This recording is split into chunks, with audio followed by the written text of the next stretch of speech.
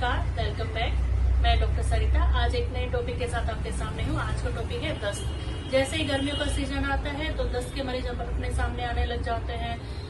तो अब आज हम बात करते हैं कि दस्त है क्या। सबसे पहले दस्त है अगर किसी पेशेंट को या फिर किसी व्यक्ति को दो से तीन बार लैट्रिन के लिए जाना पड़ रहा है, उसके लैट्रिन में पानी की तरह आ रही है, तो उसको बोलते हैं डायरिया, दस्त बोलते हैं। अब इसकी हम देखते हैं कि दस्त के या डायरिया के क्या क्या प्रकार है, कितने प्रकार का होता है डायरिया। डायरिया के हैं 3 प्रकार। सबसे पहले एक्यूट, उसके बाद है परसिस्टेंट, उसके बाद है क्रोनिक। एक्यूट डायरिया क्या है? एक्यूट का मतलब होता है कुछ समय के लिए होना।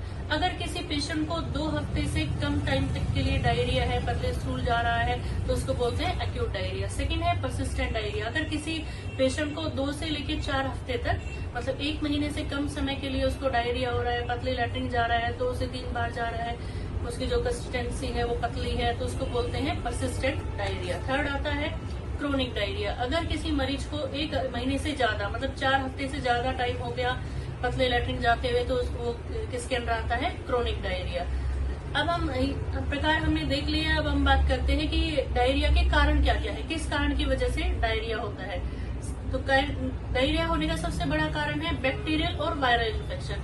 अगर किसी को किसी वजह से बैक्टीरियल या वायरल इन्फेक्शन हो जाता है, तो उसकी वजह से भी पतले लैट्रिन आने लग जाती है।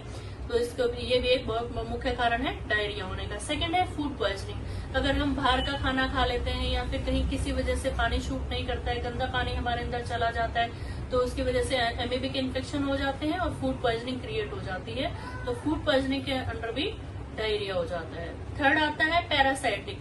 पैरासाइट क्या होते हैं? जैसे हमारे घरों में कॉकरोच है या फिर कोई और कीट है, जिसकी वजह से हमारे यूटेंसिल्स बर्तन में कॉकरोच चले जाते हैं, वो पैरासाइट वहां पे छोड़ देते हैं और उन्हीं बर्तनों में हमने खाना खा लिया, तो पैरासाइट हमारे अंदर जाके इन्फेक्शन क्रिएट कर देते हैं और उसकी वजह से भी डायरिया हो जाता है। अब हम बात करते हैं फोर्थ कोज के ऊपर। फोर्थ कोज क्या है? मेडिकेशन। कई बार कोई ड्रग होती है जो पेशेंट को किसी दूसरी बीमारी के लिए चली होती है, लेकिन वो उसको शूट नहीं करती है, उसकी वजह से भी डायरिया हो जाता है। जनरली हम किन किन मरीजों में देखते हैं? अगर किसी को कीमोथेरेपी चल रही है या फिर रेडिएशन थेरेपी चल रही है या पर्टिकुलर कुछ एंटीबायोटिक्स होते हैं जो पेशेंट को शूट नहीं करते हैं, उनका साइड इफेक्ट होता है डायरिया, उसकी वजह से भी डायरिया देखने को मिलता है। फिफ्थ होता है लैक्टोज इंटॉलरेंस। ये भी एक बहुत बड़ा कारण है डायरिया होने का। कई लोगों के अंदर क्या है कि लैक्टोज का इंटॉलरेंस हो जाता है, लैक्टोज है डायरिया होने का। कई लोगों के अंदर क्या है कि लैक्टोज का इंटॉलरेंस हो जाता है। लैक्टोज इंटॉलरेंस क्या होता है कि दूध और दूध से बने हुए पदार्थों से उनको एलर्जी होती है, उनको शूट नहीं करते। अगर किसी मरीज को लैक्टोज इंटॉलरेंस है और उसने दूध या दूध से बनी हुई चीज ले ली है, तो उसको तुरंत डायरिया हो जाता है, लैट्रिन जाने लग जाता है वो। उसके बाद हम बात करते हैं आईएसबीडी। आईएसबीडी क्या है कि किसी को इरिटेबल बाउल सिंड्रोम है। इरिटेबल बाउल सिंड्रोम जैसे कि किसी को गैस्ट्राइटिस हो रहा है, किसी को आंख में इन्फेक्शन है, तो उसकी वजह से भी डायरिया हो जाता है। ऐसे मरीजों में भी हमें डायरिया देखने को मिलता है। अब हम बात करते हैं कि इसके क्या क्या सिम्टम है, कि आपको कैसे पता चलेगा कि इस पेशेंट को डायरिया है। सबसे पहले पेशेंट क्या कंप्लेन करेगा? उसको पेट में दर्द होगा, उसको पेट में ऐंठन होगी, क्रैम्पिंग होगी, वो बोलेगा उससे लैट्रिन के लिए रुका नहीं जा रहा, वो भाग के लैट्रिन के लिए जा रहा है और बार लैट्रिन के लिए जा रहा है, और उसको पतली लैट्रिन आएगी पानी की तरह, या फिर 2 से 3 बार पतली बिल्कुल लैट्रिन आएगी। उसके बाद उसको क्या क्या होगा? उसको उल्टी जैसा मन होगा, किसी किसी केस में बुखार भी देखने को मिलता है और किसी किसी केस में बहुत ज्यादा वॉमिटिंग भी होती है। इसके बाद अगर पेशेंट बार वॉमिटिंग जा रहा है, लैट्रिन जा रहा है, परसिस्टेंट डायरिया या फिर उसको क्रोनिक डायरिया, तो उसके अंदर वेट लॉस भी देखने को मिलता है। अब हम बात करते हैं कि इसमें जो डायरिया होता है उसमें हम क्या क्या होम रेमेडीज फॉलो कर सकते हैं, कि घर पे रह के हम उसको कैसे ठीक कर सकते हैं। अगर किसी को एक्यूट डायरिया है, 2 से 3 बार ही लैट्रिन जा रहा है, तो उसमें होम रेमेडीज भी काम कर देती है। सबसे पहले ऐसे मरीज को हमें दही देनी चाहिए।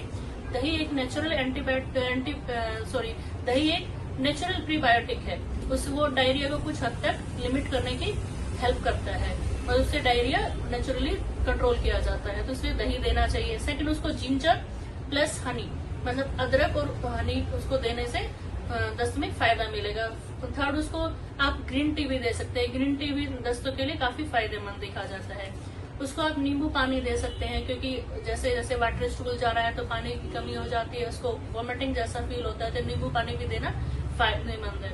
इसके अलावा उसको बार्ले ईसबगोल जो होता है ईसबगोल दे, कोकोनट वाटर भी देना अच्छा रहता है। अब हम बात करते हैं कि मेडिकल ट्रीटमेंट क्या दे सकते हैं, क्योंकि जैसे एक्यूट में तो आप घर पे मैनेजमेंट कर लेते हैं, लेकिन किसी किसी केस में जैसे परसिस्टेंट डायरिया है या फिर जो स्टूल की कंसिस्टेंसी है बिल्कुल वाटरी है, बिल्कुल पानी की तरह जा रहा है, कंट्रोल नहीं हो रहा, तो उसमें मेडिकल हेल्प की जरूरत पड़ती है। तो डॉक्टर्स उस डायरिया में क्या क्या प्रिस्क्राइब करते हैं, फर्स्ट है उसको ORT मतलब ओरल रिहाइड्रेशन थेरेपी, उसको ORS देते हैं। लेकिन कई कई कंडीशन में हमें IV थेरेपी भी देनी पड़ती है, क्योंकि जब अगर मरीज को उल्टी है या फिर दस्त बहुत ज्यादा है और वीकनेस बहुत हो गई है मरीज को, तो उसमें हम उसको IV थेरेपी भी देते हैं। सेकंड मैंने बताया जैसे आप दही दे रहे हैं वो नेचुरल प्रीबायोटिक है, हम लोग उसको मेडिकली ओरल प्रीबायोटिक्स देते हैं।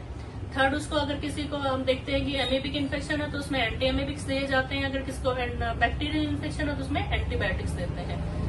धन्यवाद देखने के लिए। अगर आपको मेरे द्वारा दी गई जानकारी लाभदायक लगी हो तो प्लीज इसको सब्सक्राइब करें और अपने दोस्तों के साथ शेयर करें।